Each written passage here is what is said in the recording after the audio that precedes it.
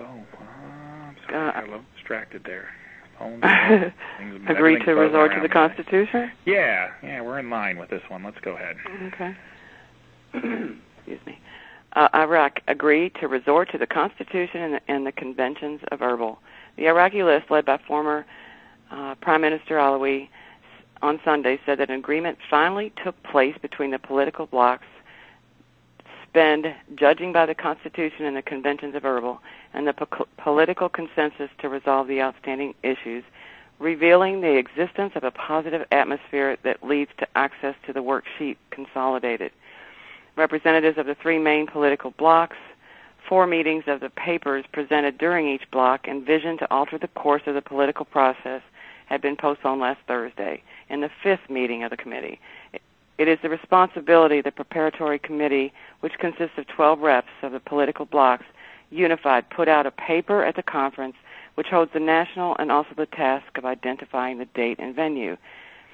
The leadership in the existing unit, Jamali told the Kurdish news agency, there is a possibility to get to the paper provides a unified, after a positive environment for the success of the Iraq National Congress and has some tendencies to enter this conference. Jamali explained that the Iraqi list orientations are resorting to the Constitution and the national consensus and agreements of Erbil, which was met with rejection from the other of the parties, National Alliance, and finally came to an agreement on the direction of Iraq. Shares the position of the Iraqi Kurdistan Alliance calling for the application, unless the application of the terms of agreements Erbil, which was formed under the current government. Jamali denied that the Iraqi list looked at the option of regular meetings of the return of suspended ministers and deputies in the event was not held before the National Congress of the Arab Summit in Baghdad, asserting that the personal attitudes of members of the Iraqi list. He ruled out some Iraqi political parties to reach a political consensus within the preparatory commission on the working paper standard, especially since the Iraqi list is still sticking to its demand the judge to resolve the political dimension to the issue Hashimi in the National Congress and rejected by the National Alliance.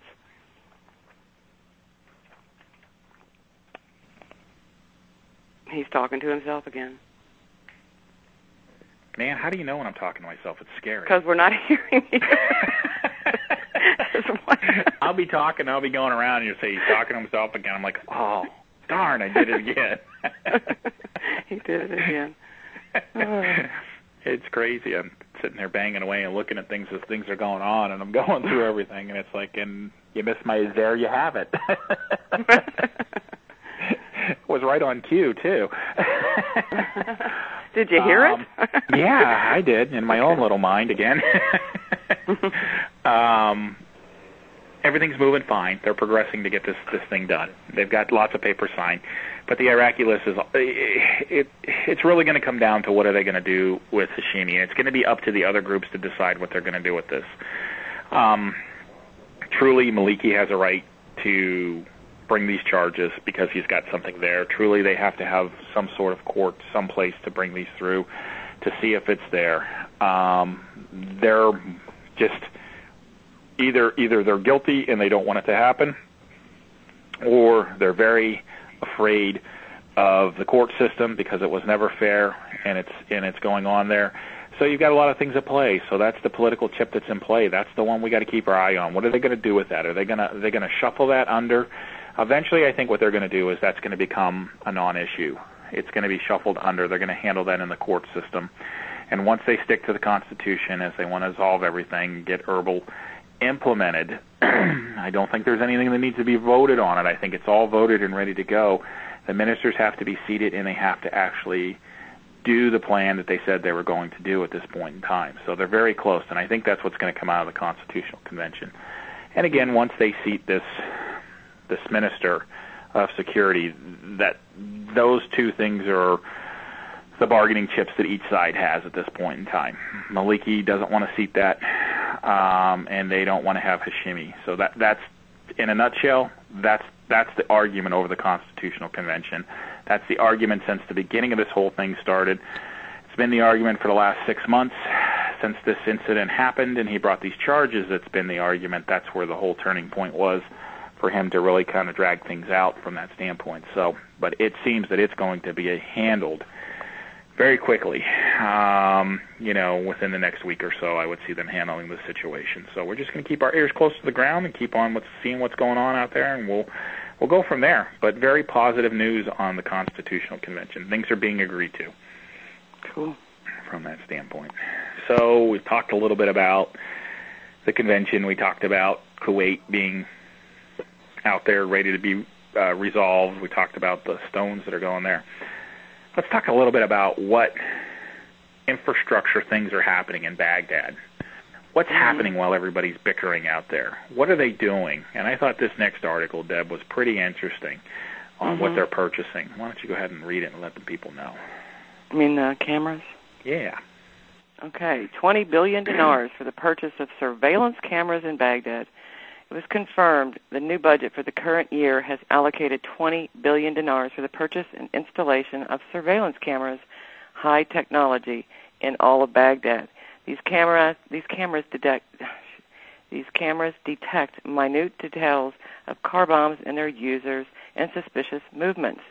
There is a deficit indicator in the number of cameras in Baghdad as well as the level of performance by 70%. It caused a previous session of the council to disable this project and not because it wasn't done properly, in which you can deal with the attacks continued exposed to Baghdad by car bombs and explosive devices, and added that the shortfall in the number of cameras as well as non-installed as the full-time work over 24 hours a day.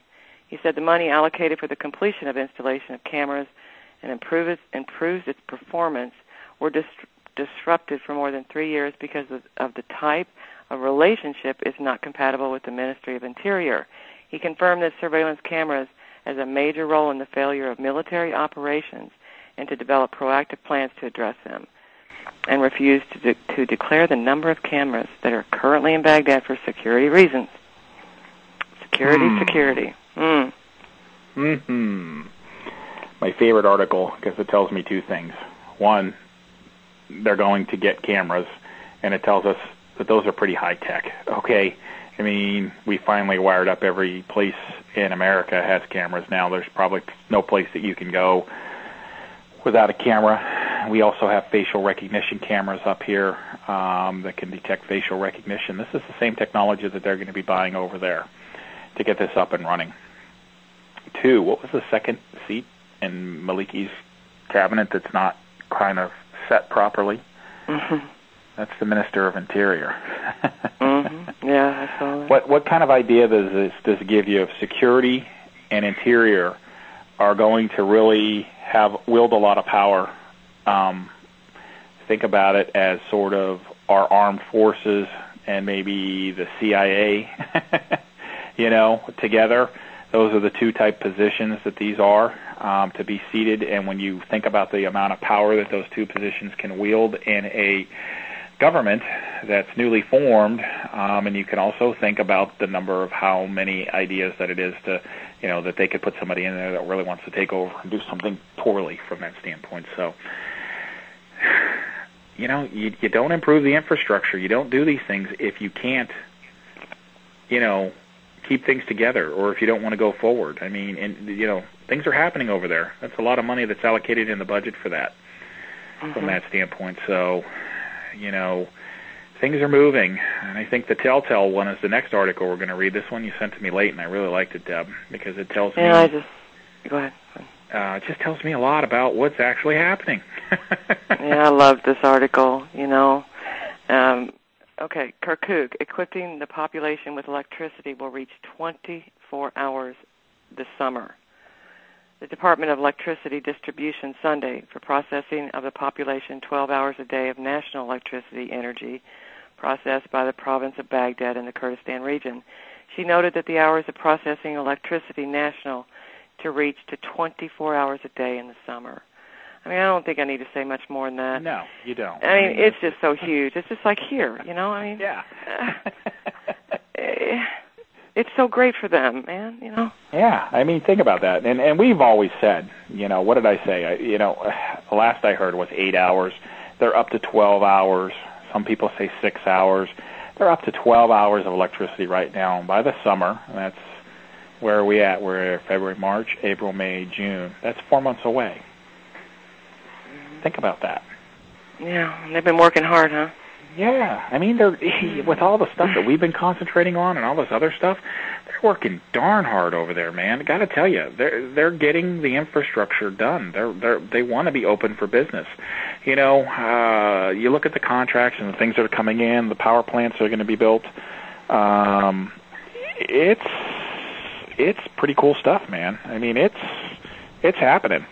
I mean, you don't do this for a worthless economy, you know, so whether it's today, tomorrow, September, October, a week from now, 2 months from now, a year from now, something is going to happen with this sooner rather than later. It's just got to. I mean, there's way too many things that are happening with the infrastructure being, you know, readied and all that stuff. And you know, we talked about the document, the what's Future of Iraq. Yeah, Future of Iraq. Future of Iraq, and that talks a lot about the banking system and as that moves forward, and when you see these things getting built, and what the plan was for after the war and where they're at, I mean, the banking system is in place, and now we're getting the infrastructure in place. I mean, that's stuff that's moving forward. That's stuff that needs to happen so that the people can, one, take advantage of it all. You know, if I've got money and it's valuable, I want to be able to use that money in the comforts of my own country. But if I can't get more than 12 hours worth of electricity, you know, think about it. It's all moving down, you know, the pieces are falling together. They're building a real Iraq as we speak. They've been doing it for a long time. They have. They haven't been telling us everything, but we've figured it out. No, they haven't. You know, little by little, we're getting little bits and pieces out there. Mm-hmm. So, why don't I summarize, you know, what's going on? Let's go ahead from the beginning here. No, there wasn't an RV for those people that are tuning in late. There's no such thing as an in-country RV. It doesn't happen that way. It won't happen that way. It's fictitious. It's a lie. RVs happen instantaneously. They happen very quickly. They happen so people cannot take advantage and know that it's happening and go ahead and go out and buy the currency and create what we call in the business an arbitrage situation, which means it's a riskless transaction, which means you buy it and you sell it in the same transaction and you make money on it. That doesn't happen. The banking system works very hard to not let that happen. Why? Because they make money on everything that we cash in and everything that we do. There's a percentage that they get. They will never let that happen because that's how they make their money. So pay no attention to the man behind the curtain in The Wizard of Oz. It's not there. Don't look for the dream. Keep your head focused on what's going on out there. Keep your head tied on straight so that you can understand. When somebody gives you a rate that's tied to the Great British Pound that sounds like $12 or $13, you can say, no, that's a lie. It doesn't work. Would like it to be. Be absolutely awesome. But this is supposed to come out without fanfare, without causing commotion. And if you think that a $12 rate would not cause commotion across the world, that would stun the economies across the world, you're poorly mistaken about the international economies. That doesn't happen. The rate will be in a range from anywhere between over $1 and up to 20% over what Kuwait is at. They're at 366. That's around $4, a little over $4. That's the high end. That's the highest that it could be from a common sense that won't shock the economy. The guess is that it's probably going to be pretty close to Kuwait, period, because that's their neighbor. They're not going to go ahead and shock them from that standpoint. They can build on that slowly after the fact and as the years progress. So know that in your heart so that when you hear this BS out there, it doesn't happen. Here's what's happening in the world, the news world. They're out there talking about getting the new banknotes out. We read the article about it being out in September. This should be no shock to anyone who comes to our call on a regular basis because a week ago we read the same article that actually talked to the finance person who said this is what's going to happen. They have a time schedule now for the CBI. They can do that, release those notes from anywhere from now until September. That's what they want to do. They want to start releasing these notes. They have to be very careful because when they release these notes, they have to have some value to them, especially if they put coins out. So there has to be a steady process. He's given himself a time window to do this in. He can do it at any point in time that he wants from that period. He could wait all the way to September, or he can do it before that or whatever. But Dr. Shabibi, when I say he needs to see what's going on in his economy, and he will do it so that there's not a shock and the pressures of inflation are gone from that standpoint. So don't freak out about those things. We've already gone over these articles. These articles are going to come out. These are training articles. They want the people to know that there's new currency coming out. You're going to see a lot of these articles. They're going to hit every day. Anything that you see with the word in it introducing in September is not a new article. It's rehashing the old article, and they're just doing it, talking to the street vendors as we would do in our newspapers. We would go out and find people and say, hey, the new money's coming out. What do you think? And then these articles are going to flow, and you're going to get their opinions in them of what they think and what they're not. So we had 2 articles that are about that and what's going on, and now it's starting to catch the eye of the people out there, and it's a training process. The CBI is on track doing what they're doing. Now the government is going through checking off the things that it needs to get done. We talked about Kuwait this evening and their willingness to get things done with Kuwait and get out of Chapter 7. There seems to be a genuine feeling that this is kind of over between both sides. All the articles that have come out have been great. They're waiting for Mr. Maliki to come to town. My guess is they're going to sign some papers. They're going to have some fanfare. They're going to do some hugs and kisses. They're going to take a lot of pictures, and they're going to say, Kuwait gives you your blessing. We'll let you out of Chapter 7. Go do what you need to do with the UN to make this official, blah, blah, blah. That will be great for them. That's part of what needs to happen as they become an international people. This needs to happen probably before the end of the month for the Arab Conference. Within the next couple of weeks, it's probably going to be the crown jewel to get everybody there for the Arab Conference to let them know that we're already helping our people. The National Conference, we've heard about. They're talking about it. They're agreeing on things. The holdup, the bargaining chips, is the Hashimi and the ministers. Those are the 2 bargaining chips. Maliki has the ministers as his bargaining chips. The Iraqi party has Hashimi as their bargaining chip, and they're holding on strong. They're agreeing to everything else but those issues. And eventually those issues will be agreed to because they need to have this convention, and they will figure it out. We talked about those 2 positions, Interior and Secretary, that need to be put in place are probably the 2 most powerful positions in Iraq because they'll control the army and they'll control a lot of the security in Iraq. Now we're hearing and reading articles that people are already marching. They're tired of the bombs blowing up. They want to feel secure. They're tired of these things. Now that they just learned that they're going to be getting some money, they are very, very, very much want to get the bombs stopped and want their people to take care of them from a security standpoint. They're over it. You would be too if you went through 8 years of war and all this stuff. That's a big issue for them. Maliki has the pressure of the people on him now, and eventually that will have to be settled very quickly because you do not want, your people having risings to get people up there to end up thinking that they want to replace you from that standpoint. Remember, they are politicians, and they do want to keep their jobs, and eventually they will get rid of all that. And last but not least, we talked about the infrastructure, $20 billion for cameras to figure out what's going on with terrorism in their country. They started putting these up a little bit years ago. They didn't finish the project. They want to get it done. They want to have high-tech cameras. They're going to be very high-tech. And last but not least, I guess the biggest thing that should make you all just say, yay, something's going on in this country is they talked about in Kirkuk having 24 hours of electricity this summer. They're already up to 12 hours. Absolutely tremendous for the people of Iraq. They are finally benefiting from a lot of what's going on over there. And this is something that they can see in their everyday life. They can go on, they can turn their electricity on anytime they want from that standpoint. And there you have it, the Straight Talk Express. Great job, Mike. Good job. Thank you. Good job, guys. I do have one article here. You do? Yeah. Uh-oh. Well, it really goes in line with all the stuff that you're saying to a certain degree. Here, speak up on this one.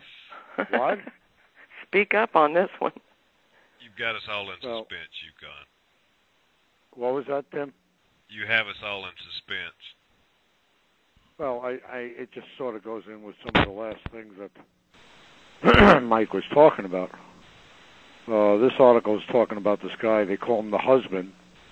leans over and asks his wife, do you remember the first time we had sex together over 50 years ago? We went behind the village tavern where you leaned against the back fence, and I made love to you. Yes, she says, I remember it well. Okay, he says, how about taking a stroll around there again, and we can do it for old time's sake? Oh, Jim, you old devil. That sounds like a crazy but good idea. A police officer sitting in the next booth heard their conversation, and having a chuckle to himself, he thinks to himself, I've got to see what these two old-timers having sex against the fence. I'll just keep an eye on them so there's no trouble. So he follows them. The elderly couple walks haltingly along, leaning on each other for support, aided by walking sticks. Finally, they get to the back of the tavern and make their way to the fence. The old lady lifts her skirt and the old man drops his trousers. As she leans against the fence, the old man moves in. Then suddenly, they erupt into the most furious sex that the policeman has ever seen. This goes on for about 10 minutes, while both are making loud noises and moaning and screaming. Finally, they both collapse, panting on the ground. The policeman is amazed. He thinks he has learned something about life and old age that he didn't know. After about a half an hour of lying on the ground, recovering, the old couple struggle to their feet and puts their clothes back on. The policeman is still watching and thinks to himself, this is truly amazing. I've got to ask them what their secret is. So as the couple passes, he says to them, excuse me, but that was something else. You must have had a fantastic sex life. Is there some sort of secret to this? Shaking, the old man is barely able to reply. Then finally he comes out and says, 50 years ago, that wasn't an electric fence. I thought that went along with your electric bill. Electricity. Okay.